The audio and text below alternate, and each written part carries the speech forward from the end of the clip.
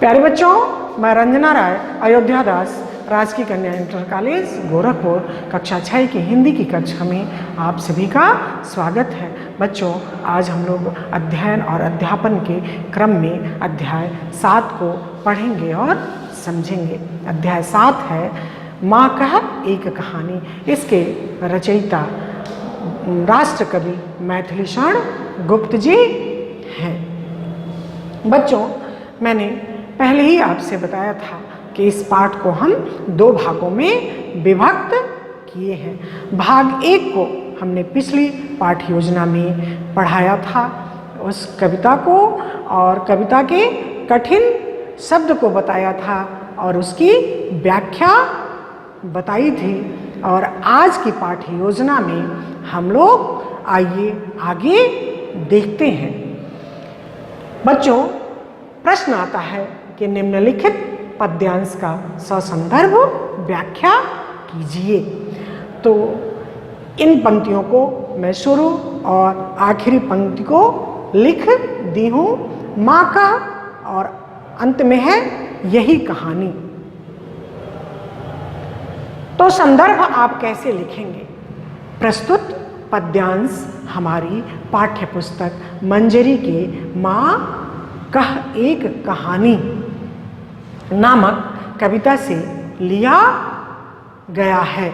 इसके रचयिता राष्ट्र कवि मैथिलीशरण गुप्त जी हैं। उसके बाद जो व्याख्या हमने आपको बताई है उसको आप करिएगा। आइए बच्चों, दूसरे प्रश्न को देखते हैं। कहानी सुनने के बाद माता ने राहुल से क्या प्रश्न किया? इसका उत्तर हमने लिख दिया है। कहानी सुनने के बाद माता ने राहुल से न्याय करने को कहा। आइए तीसरा प्रश्न देखते हैं बच्चों। राहुल के उत्तर से उनके स्वभाव के विषय में क्या पता चलता है कि राहुल किस स्वभाव के थे? राहुल के उत्तर से पता चलता है कि उनका स्वभाव निष्पक्ष, विचारशील और दया भाव रखने वाला है। इन प्रश्नों को आप बच्चों अपनी कॉपी में कर लीजिएगा और ससंदर्भ व्याख्या भी इन पंक्तियों का आप कर लीजिएगा। अब देखिए, चौथा प्रश्न है निम्नलिखित वाक्यांश के एक शब्द लिखिए। हठ करने वाला क्या है? हठी। जिसने अपराध किया हो वो क्या है बच्चों? अपराधी। जिसे डर ना हो, निडर। रक्षा करने वाला, रक्षक। भक्षण करने वाला, भक्षक। ये एक एक शब्द जो हैं वाक्यांशों के हैं बच्चों, आप अपनी कॉपी में कर लीजिएगा। आइए 5वें प्रश्न को देखते हैं। आपकी कविता में आया था हिल मिल, खर सर और सदैव निर्दय शब्द युग्मों में एक जैसा तुक है। इस प्रकार के समान तुक वाले 3 शब्द युग्म लिखिए। आप देखिए, आइए उत्तर में मैंने लिख दिया है जय विजय, न्याय अन्याय, जोर शोर। ये आप अपनी कॉपी में कर लीजिएगा। आइए बच्चों, अब हम लोग चलते हैं आखिरी पड़ाव जो हमारा है वो गृह कार्य। हम कोई भी कविता पढ़ते हैं, कोई भी पाठ पढ़ते हैं तो उसका हमारे मानस पटल पर क्या प्रभाव पड़ता है बच्चों? और जब उस प्रभाव को, उस असर को हमें जो गृह कार्य दिया जाता है वो हमारी अनुभूति है, वो सोचने समझने की शक्ति है कि हमने उसमें से क्या ग्रहण किया और उसका उत्तर हम लिखते हैं। जब कोई भी चीज़ हो, कठिन से कठिन भाषा हो, कठिन से कठिन कोई प्रश्न का उत्तर हो बच्चे, जब हम उसको बार बार पढ़ेंगे और बार बार उसको लिखेंगे तो निश्चित है वो सरल हो जाएगा, वो समझ में आ जाएगा और फिर कभी हमारे मानस पटल से विस्मृतियों में नहीं जाएगा, जीवन पर्यंत बना रहेगा। इस नाते गृह कार्य का होना बहुत ज़रूरी है। आइए, प्रश्न हमने दिया है, पशु पक्षियों का शिकार करना दंडनीय अपराध है। इसके विचार में पशु पक्षियों के शिकार करने की प्रवृत्ति को रोकने के लिए क्या उपाय करना चाहिए बच्चों? पशु पक्षियों का शिकार क्या है? एक दंडनीय अपराध है।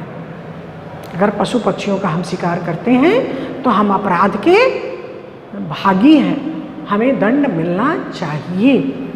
इसके लिए आपके विचार में आप जरूर लिखना बच्चों कि आपके विचार में अगर ऐसा कोई करता है तो इसको रोकने के लिए क्या उपाय होने चाहिए। आप इस प्रश्न का उत्तर जरूर अपने गृह कार्य की कॉपी में करिएगा। अब बच्चों, हमारा आखिरी पड़ाव है संप्राप्ति। कोई भी पाठ हम पढ़ते हैं तो निश्चित है कि उसमें हमें क्या प्राप्त हुआ, हमने क्या अनुभूति किया बच्चों, क्या समझा। और केवल समझने से नहीं होगा, अनुभूति करने से नहीं होगा बच्चों, जब तक हम जीवन में उसको क्रियान्वयन न करें।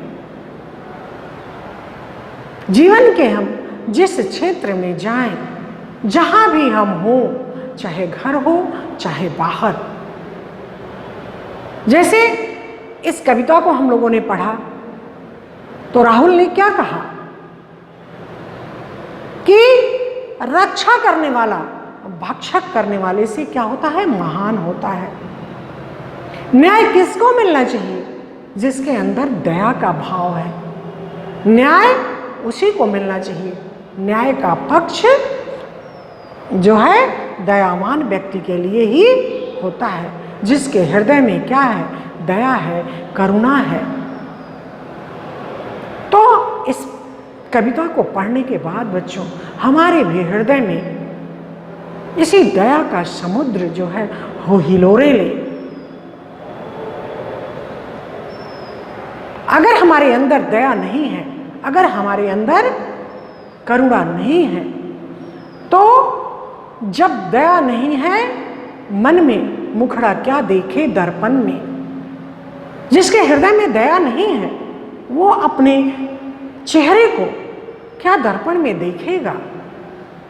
क्योंकि बच्चों, आप जानते हैं कि मनुष्य ही एक ऐसी जीवों में एक ऐसा प्रबुद्ध प्राणी है जिसका समुच्चय व्यक्तित्व उसके चेहरे पर झलकता है।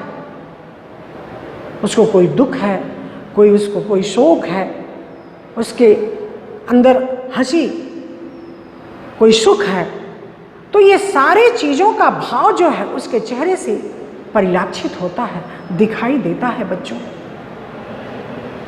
तो हमें आशा ही नहीं बच्चों, पूर्ण विश्वास है कि आप भी अपने जीवन में अगर किसी सहपाठी को कभी कोई आहत पहुंच गया तो आप अपने यथाशक्ति उसका तुरंत उपचार करेंगे।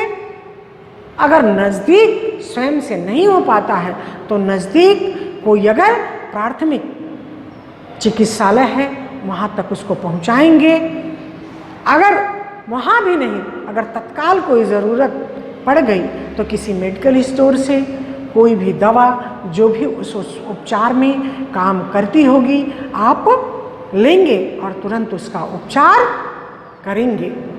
किसी जीव को भी आप देखते हैं कि बहुत सारे जीव ऐसे सड़कों पर घूमते रहते हैं जो आहत हुए रहते हैं, जो घायल होते हैं। उसकी सूचना अगर आपके सामर्थ्य में नहीं है बच्चों, तो उसकी सूचना तुरंत आप देंगे और कोशिश करेंगे कि अपने से बड़ों को आप अपने भावनाओं से क्या करें, मोटिवेट करें कि आप इनकी दवा, इनका उपचार आप जरूर करिए। बच्चों, हमारे पढ़ने लिखने का मतलब यही है, जब हम जीवन में कोई चीज कार्य रूप में परिणित कर देते हैं तब हमारी पढ़ाई लिखाई सार्थक होती है। नहीं तो फिर पढ़ा लिखा क्या है, थोथा हो जाता है। अगर हम पढ़ करके उसको जीवन में निरूपित नहीं किए, अगर इन नैतिकता का बोध जो अभी इस कविता में हम लोगों ने पढ़ा, पूरी कविता क्या थी? न्याय दया का दानी। न्याय उस दयावान व्यक्ति के लिए है जिसके हृदय में दया है। तो आप भी अपने हृदय में इस दया और उपकार, सहिष्णुता, सद्भावना, सहयोग का भाव आप ग्रहण करेंगे। मुझे आशा ही नहीं बच्चों, पूर्ण विश्वास है कि आपके भी मन मस्तिष्क पर ये कविता अमिट छाप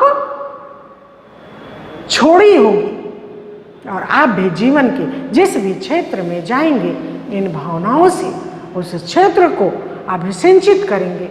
धन्यवाद बच्चों। अगली पाठ्य योजना में मैं पुनः मिलूंगी।